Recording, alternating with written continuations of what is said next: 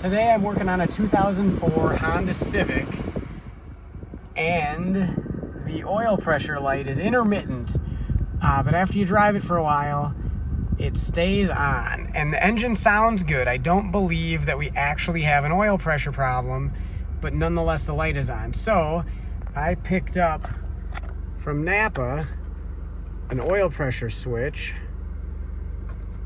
There's the number. There we go. There's the number on this thing. And it was like 15 bucks, so pretty inexpensive. So we're not even gonna test stuff. It's just as easy to just swap this thing out. I do actually have an oil pressure gauge designed for testing systems, but we're just gonna swap this thing out and see if it resolves our problem, because that's pretty much at $15, and the E is presumably involved with this project. That's what we're gonna do. Here we are under the Civic. I've got it up in the air. Now, I didn't know where the pressure switch was located at, but generally a good rule of thumb is look near the oil filter. That's pretty common on most things. So that's what I did here. Now on this, the oil filter is on, well, it's not technically the back of the engine, but it's the firewall side of the engine. You can see it right there, and you can see the wire right there, which I could see that and kind of assumed that probably went to the pressure switch. Okay, so of course it's gonna leak out oil, so I've got my pan here, but we're just gonna spin this thing off here. We'll just take it out and set it in the pan, and then we'll be able to get to the oil pressure switch.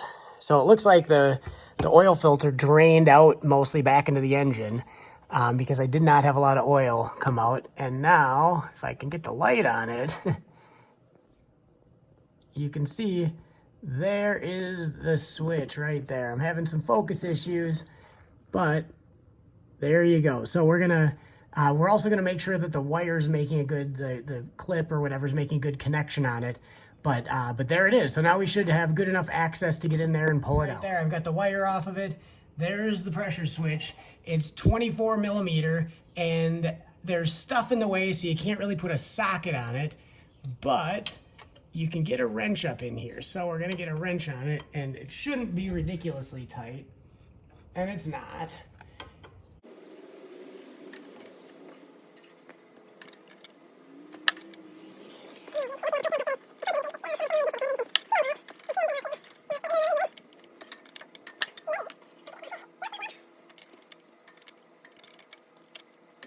A little easier. There we go. And now it might dribble out a little bit of oil. There we go. Not really much oil. There's definitely sealant on it, so we're going to put some pipe dope on the new one so that it matches up. We'll see there. Yeah, you can see out of focus, but you can see the sealant on it. So we're going to put some sealant on the new one, and we're going to get the new one threaded in.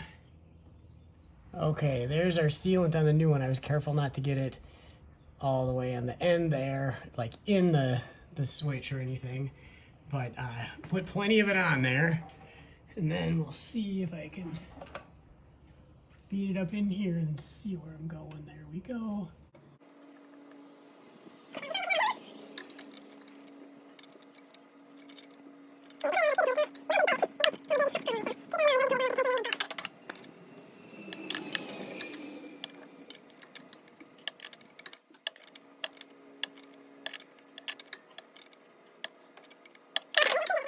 Then we're gonna take a look at the wire here, and I might take pliers and just pinch it down a little bit so we for sure, maybe I'll try it out, but we'll make sure that we have a good connection on here. Sometimes once you pop them off, the original one, they don't fit as tight. Yeah, I'm gonna crimp it down a little bit just so that it for sure is making a good connection. Can't see it real well here, but we're just gonna put a little bit of force on it here. We'll see what happens. You can feel if they're hanging on there good or not. If it's loose, it's not going to be making a good connection.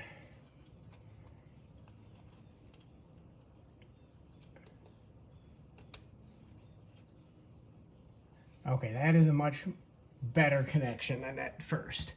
So then we're ready to put the oil filter back on.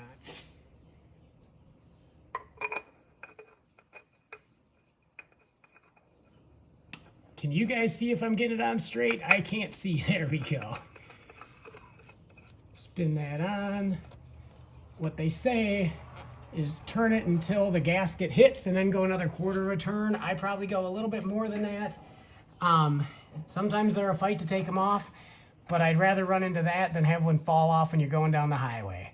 So we're gonna drop this thing down. We're gonna add a little bit of oil because we definitely drained a little bit out, and we're gonna start it up and we're gonna see if we got that light off. All right, here's the moment of truth. All right, and the light's off. So I'm gonna put a couple miles on this thing. It was a little intermittent. The car's still warm. You can see the gauge has maybe dropped a little bit, but it's still warm off the last cycle when the light was on solid. So we're probably good. However, I'm gonna put a couple miles on it and just verify that it in fact fixed the problem.